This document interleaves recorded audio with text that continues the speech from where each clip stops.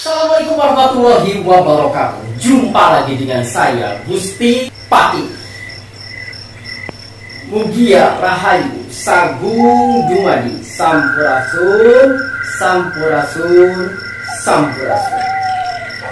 Petilasan Pajajaran kali ini akan membahas tentang pesugihan tali pocong.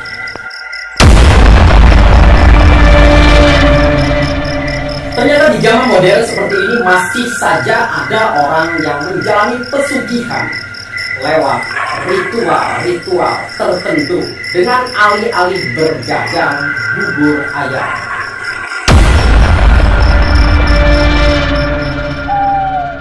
Baik pemirsa, pecinta sejarah, mitos, mistis, dan gaib. Pada episode kali ini saya akan menceritakan sebuah pengalaman yang pernah saya alami.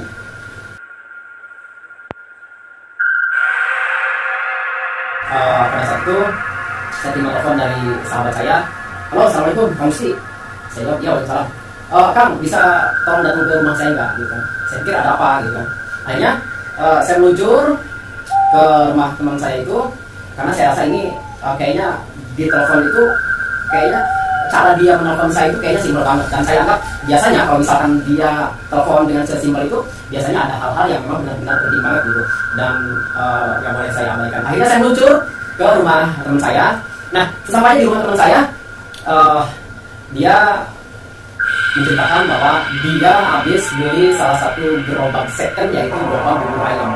Jadi ceritanya dia beli gerobak bubur ayam di pinggir jalan. Dia juga memang mau buka usaha bubur ayam pada saat itu. Mungkin untuk menghemat budget yang ada, akhirnya dia mensiasati dengan cara membeli gerobak second gitu ya. Mungkin kalau misalkan dia beli gerobak yang baru, gerobak itu mungkin sekitar 4 juta atau 3 juta lah ya. Tapi kalau misalkan dia beli gerobak yang second, otomatis harganya bisa jauh lebih murah gitu ya.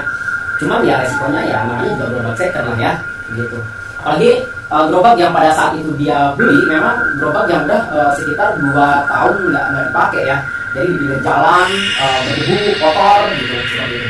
Akhirnya teman saya ini menceritakan ke saya bahwa dia baru saja beli gerobak bubur ayam di pinggir jalan. Nah, dia membeli gerobak bubur ayam itu dari salah satu toko, itu toko burung yang ada di pinggir jalan. Gitu. Akhirnya tanpa pikir panjang lagi, dia tanya harganya mungkin berapa, akhirnya cocok, dan itu langsung dibayar dan langsung diangkut ke rumahnya seperti itu. Nah, jadi pada saat itu teman saya ini telepon saya, menghubungi saya itu karena dia menemukan sesuatu di dalam gerobak tersebut. Gitu. Akhirnya saya dan teman saya menghampiri gerobak tersebut yang memang udah sebelumnya udah diberesin sama teman saya itu. Jadi ceritanya teman saya ini pas lagi beres-beres gerobak second ini ya, gerobak second si bekas tukang bubur ayam ini. Jadi di atas pelapon gerobak bubur ayam ini dia menemukan ada 3 buah botol kecil yang berisi minyak, dan di dalamnya itu ada beberapa helai rambut. Nah, di samping itu yang bikin kita lebih tercengang lagi, dia menemukan ada ikatan kain warna putih yang digantung di atas plafon di dalam gerobak bubur ayam itu. Nah, kenapa teman saya itu menghubungi saya? Karena dia ingin menunjukkan si benda-benda tersebut ke saya gitu kan. Karena teman saya ini memang orangnya agak sedikit penakut dan memang tidak pernah berhubungan dengan yang namanya hal-hal benda-benda mistis seperti itu ya. Akhirnya kata dia, nih Kang Gusti, gimana nih? Ini kan saya menemukan 3 botol berisi minyak dan ada 1 kain putih yang diikat seperti itu. Gitu. Akhirnya kita buka sama-sama, kita buka bareng-bareng apa sih itu isi dari ikatan si kain putih itu. Akhirnya kita buka pelan-pelan, dan ternyata buntalan putih itu tadi ya, begitu kita buka ada tali warna putih, itu panjangnya sekitar 1 jengkal setengah, dan itu udah jelas-jelas itu adalah tali atau ikatan tali pocong.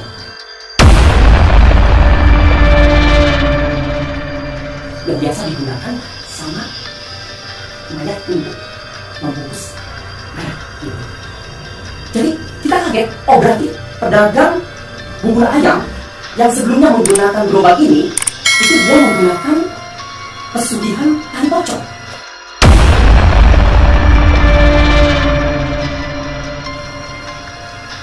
Akhirnya setelah kita bongkar kain putih itu dan kita amankan si 3 botol yang berisi minyak tadi, dan di dalamnya ada beberapa helai rambut dari 1 botolnya itu. Dan menurut teman saya, ini Kang Gusti gimana nih? Masalahnya saya memang tidak terbiasa dengan hal-hal yang seperti ini, dan dia memang takut gitu ya. Dia takut dan memang tidak terbiasa menghadapi benda-benda mistis seperti itu. Terus saya bilang nggak mungkin diserahkan ke saya juga gitu kan, dan nggak ada faedahnya buat saya, buat apa gitu kan. Saya pikir ya udah dibuang aja ke tong sampah gitu kan. Dibuang aja ke tong sampah, nanti juga diambil sama tukang sampah, dan itu pasti akan dibawa sama si tukang sampah dan akan dibuang gitu. Nah setelah itu, setelah kita berbincang-bincang, kita ngopi, dan selesai berbincang-bincang, selesai ngopi, akhirnya saya berpamitan ke teman saya ini. Saya bilang saya mau pamit dan masih ada aktivitas lain yang harus saya lakukan seperti itu.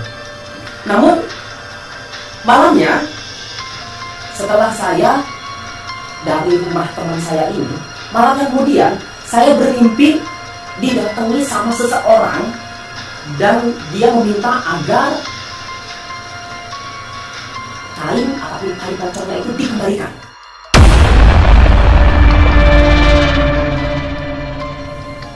Saya pikir, ini kamu siapa? Gitu kan? Saya nggak ada urusannya gitu kan dengan benda yang tadi siang saya bongkar gitu kan, seperti itu.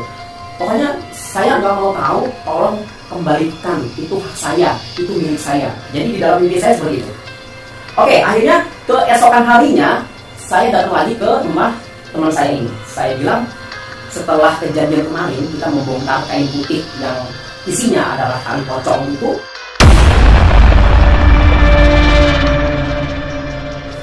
malamnya saya bermimpi bahwa saya didatengin sama seseorang, sosok perempuan ya. Tadi maaf nggak saya ceritakan siapa yang mendatangi saya. Ini yang mendatangi saya ini adalah, yang ada di dalam mimpi saya ini adalah seorang perempuan ya, seorang perempuan, dan dia mengatakan tolong kembalikan, itu milik saya gitu, seperti itu. Akhirnya saya ceritakan ke teman saya bahwa tadi malam saya bermimpi didatangi sama seseorang perempuan yang mengaku yang memiliki benda tersebut.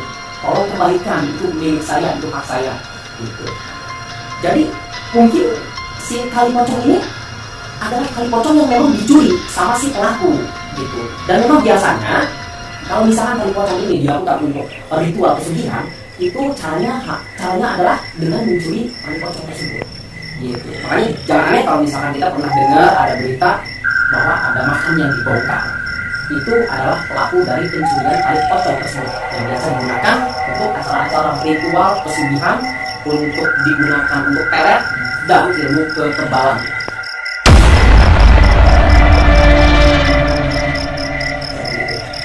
Biasanya tali pocong itu digunakan untuk itu ya. Akhirnya kita kembali lagi ke tadi, waktu tadi saya datang lagi ke rumah teman saya, dan saya menceritakan bahwa saya didatangi sama seseorang perempuan di dalam mimpi agar tali pocong itu dikembalikan.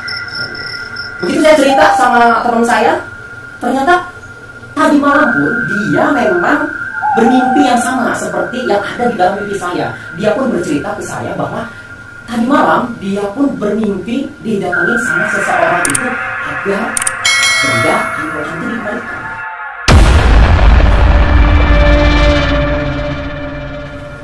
Nah, akhirnya saya pikir gimana ini gitu kan, dan kita nggak mau berurusan dengan yang seperti itu ya kan, karena apa? Karena itu bukan hak saya, bukan tugas saya untuk menyelesaikan itu ya gitu. Yang jelas benda itu adalah milik dari si yang punya gerobak bubur ayam ini gitu, seperti itu. Akhirnya kita abaikan aja seperti itu. Saya bilang udahlah, itu masalah apa sih, masalah urusan kita gitu, tidak urusan dengan kita. Kita hanya membeli, teman saya itu hanya membeli gerobak, dan teman saya itu hanya menemukan benda seperti itu di dalam gerobak bubur ayam. Akhirnya kita buang seperti itu. Esokan malamnya lagi saya pun dimimpiin sama seperti mimpi saya yang kemarin malam. Gitu. Jadi perempuan itu datang lagi dan meminta lagi kalau tali pocongnya itu harus dikembalikan. Gitu.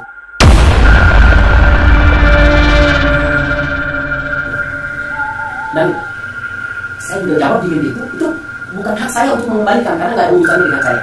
Seperti itu.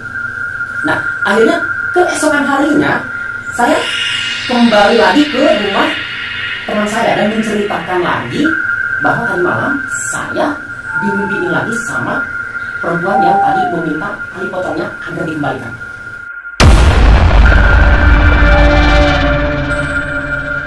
Ini udah jelas-jelas bahwa tali pocong ini memang dicuri sama pelaku yang ada kaitannya dengan si tukang bubur ayam.